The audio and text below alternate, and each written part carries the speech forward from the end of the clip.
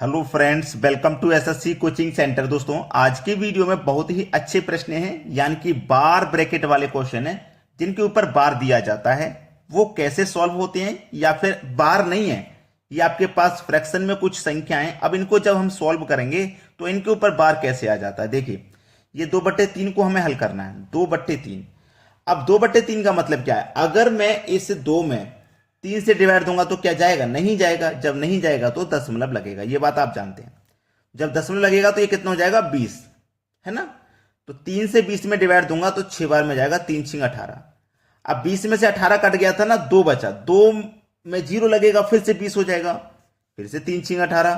भाई 20 में से फिर 6 बार कटा, फिर 2 बचा, फिर 20 हो जाएगा, फिर 3 6 18।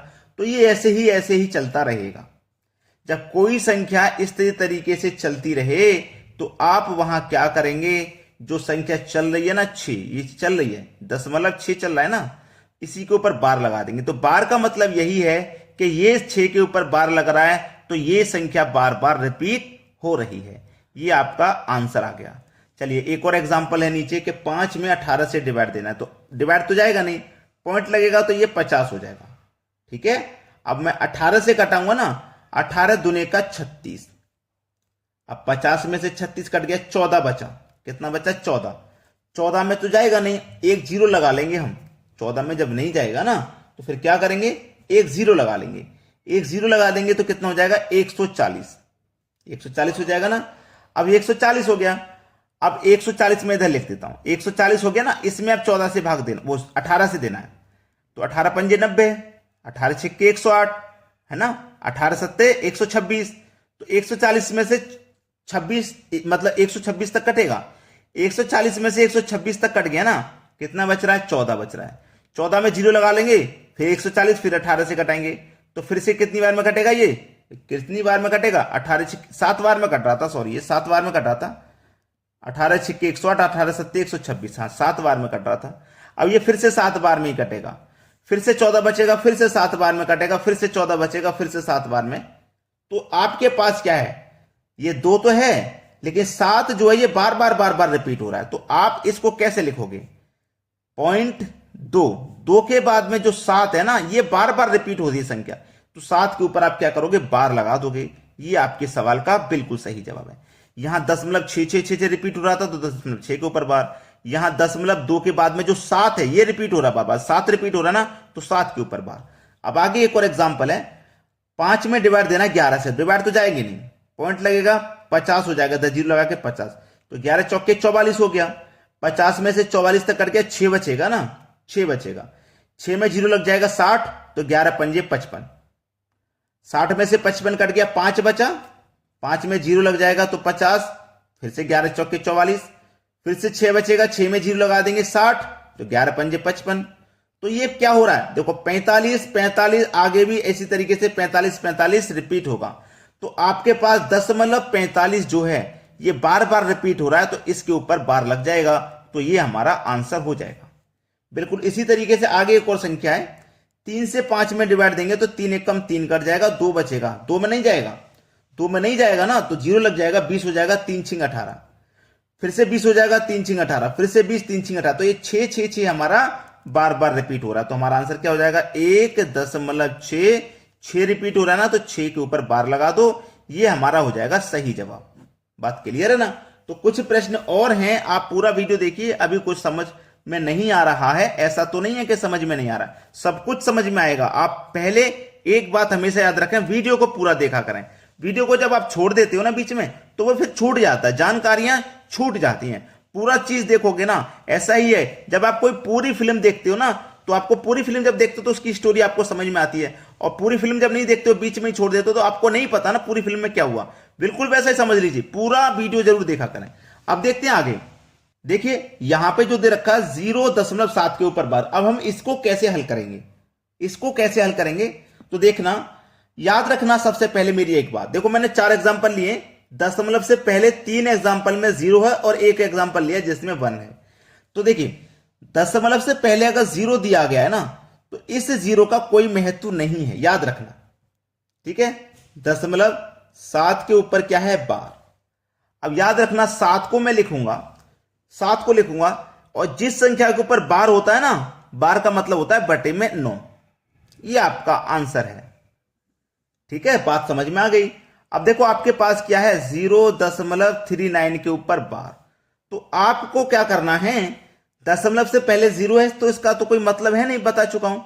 39 के ऊपर बार है, इन दोनों के ऊपर बार है ना, 3 और 9, तो बटे में 2 9 आ जाएंगे। पहले एक संख्या के ऊपर था तो 1 9 आया, अब 2 संख्या के ऊपर है 2 9 आ गए। ठीक है, अगर ये कट के छोटे हो सकते हैं तो आप कटा के छोटे कर सकते हैं, कट के छोटे हो सकते हैं तो कटा के छोटा कर लीजिए, वरना यहीं छोड़ दीजिए। मैं देख रहा हूं ये कट जाएगा, 3 से 3 एकम 3, 3 त्रिका 9, ये कट जाएगा, 3 त्रिका 9, 3 त्रिका 9, 13/33, ये आंसर हो गया। कट सकता है तो कटा देंगे। अब यहां पे देखिए 0.57 के ऊपर बार है, केवल 7 के ऊपर है बार। अब ऐसे प्रश्न को समझिए, 5 लिखेंगे, ठीक है, 7 लिखेंगे, 5 और 7 दोनों लिख लिया। अब दोनों में से एक संख्या के ऊपर बार है, 7 के ऊपर ना, एक संख्या के ऊपर बार है और एक के ऊपर बार नहीं है। तो मैंने आपको बता दिया है कि एक के ऊपर बार है तो बटे में 1 9 आएगा, और 2 के ऊपर बार है तो बटे में 2 9 आएगा। लेकिन जब ऐसी संख्या हो कि एक के ऊपर बार हो और एक के ऊपर ना हो, जब एक संख्या के ऊपर बार नहीं होता है ना, तो एक संख्या को आप माइनस कर देते हो, जिसके ऊपर बार नहीं उसे माइनस कर देंगे। जैसे 5 के ऊपर बार नहीं था ना, 5 को आप माइनस कर देंगे। ठीक है, तो 57 में से 5 माइनस करोगे 52, बटे में आ जाएगा 9। 9 आ गया ना। और यहां पे एक सॉरी बात बताना भूल गया मैं, कि जब मेरे पास एक संख्या के ऊपर बार है ना तो एक 9 आता है बीच में, और जिसके ऊपर बार नहीं होता ना उस संख्या को माइनस कर देते हैं और बटे में आता है उसका 0। ये बात मैं बताना भूल गया था अभी, अब मैं बता दिया, मुझे याद आ गया।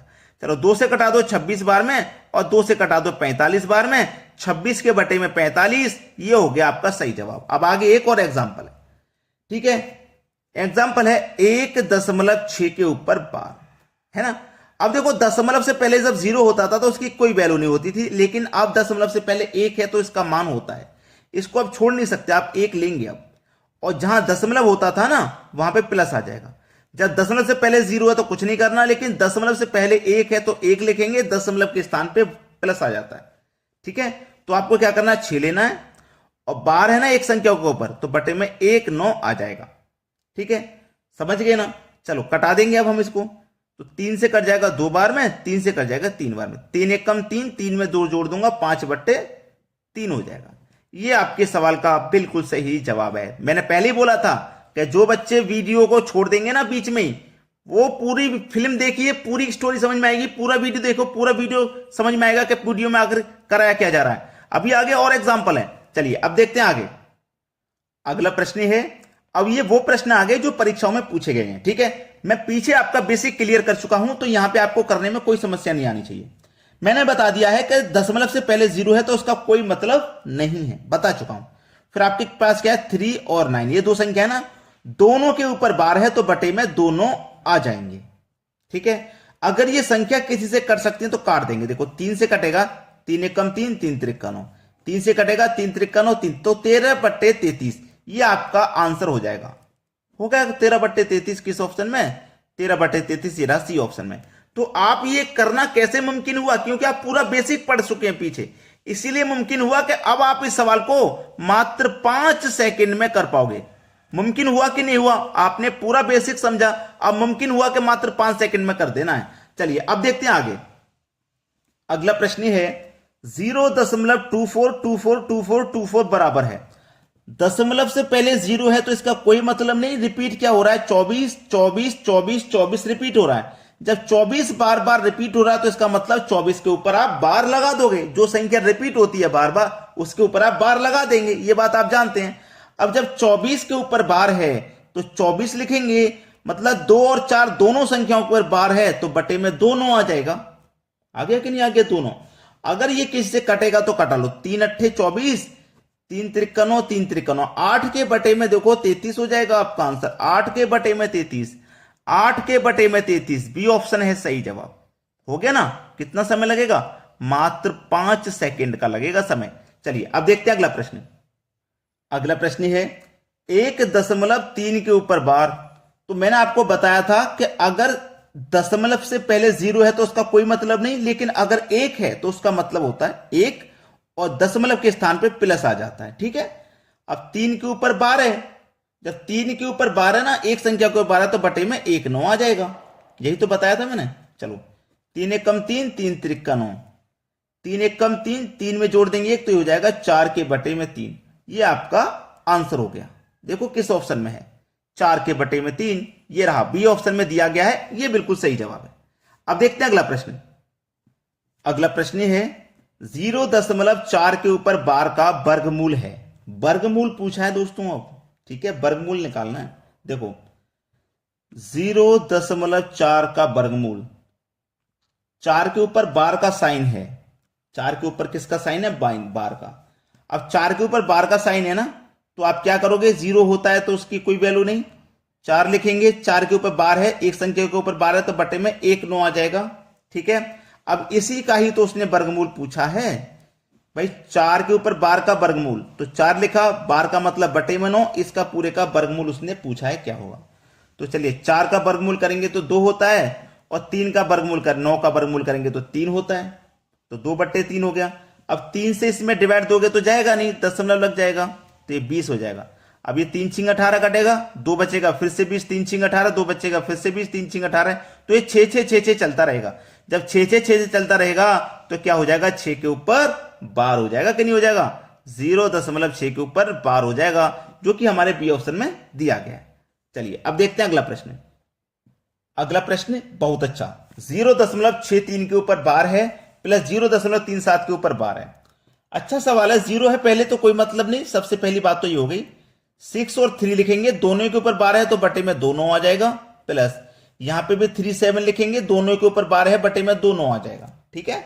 चलिए 99 99 दोनों का एलसीएम 99 हो गया, और 63 में 37 जोड़ोगे तो ये 100 हो जाएगा। 100 के बटे में 99 देख लो किस ऑप्शन में, 100 के बटे में 99, ये आपके पास पहले ही ऑप्शन में, ये आपके सवाल का बिल्कुल सही जवाब हो जाएगा। किसी को कोई दिक्कत नहीं। अब देखते हैं अगला प्रश्न। अगला प्रश्न है, 0 है पहले तो इसका कोई मतलब नहीं, बता चुका हूं। 63 है ना, तो 63 लिखो, दोनों के ऊपर बार है, बटे में 2 9 आ जाएंगे, प्लस 37 है, 37 लिखो, दोनों के ऊपर बार है, बटे में 2 9 आ जाएंगे, प्लस 80 है तो 80 लिखो, दोनों के ऊपर बार है, बटे में 2 9 आ जाएंगे, ठीक है ना। अब 99 99 99 का एलसीएम 99 हो जाएगा आपका, और ये कितना, 63 37 और 80, 63 और 37 100, 100 में 80 जोड़ देंगे तो 180 हो गया ये। अब कटा लो, 9 से कट जाएगा, 9 दूने का 18, 1 0, और 9 से भी कटेगा, 9 1 कम 9, 9 1 कम 9, 11 बार में। अब 11 से 2 इसमें डिवाइड, भाई 11 1 कम 11, 9 बचेगा नहीं जाएगा, दशमलव लग जाएगा, भाई 9 बचेगा नहीं जाएगा, दशमलव कितना हो जाएगा, 90, 11 8 88, 90 में से 88 कट गया, 2 बचा, 2 में नहीं जाएगा, 20 हो जाएगा, तो 11 1 कम 11। अब 20 में से 11 बचा, 9 हो गया, 9 में 0 लगा देंगे, फिर से 90, 11 8 88, फिर 2 बचेगा, फिर से 20, तो फिर से 11 कम 11। तो देखो ये 81 81 बार बार रिपीट हो रहा है ना, तो 1.81 रिपीट कौन हो रहा है, 81। जब ये 81 रिपीट हो रहा है ना, तो 81 के ऊपर बार लगा देंगे, तो 1.81 के ऊपर बार, 1.81 के ऊपर बार, ये आपके सवाल का बिल्कुल सही जवाब है। अब देखेंगे अगला सवाल। अगला सवाल है 0.11 के ऊपर बार प्लस 0.22 के ऊपर बार गुने 9 किसके बराबर है। 11 के ऊपर बार, 0 है तो कोई मतलब नहीं ना, 11 के ऊपर बार मतलब दोनों संख्याओं के ऊपर बार बटे में 2 9, प्लस 22 दोनों संख्याओं के ऊपर बार बटे में 2 9 है ना, और मल्टीप्लाई 9 है, ये किसके बराबर होगा। तो देखो एलसीएम तो आपका 99 ही हो जाएगा, और 11 प्लस 22 जोड़ोगे तो ये 33 हो जाएगा, और गुणे में आपका 9 है, यही तो है। अब 33 से 99 3 बार में कट जाएगा, और 3 से 9 3 बार में कट गया, आंसर आ गया 3। ये आपके सवाल का सही जवाब है, पहला ऑप्शन। तो लाइक नहीं किए हो अभी तक तो लाइक कर दो, और अगर शेयर नहीं किए हो तो शेयर कर दो, इतना काम कर दीजिए, ठीक है दोस्तों, धन्यवाद।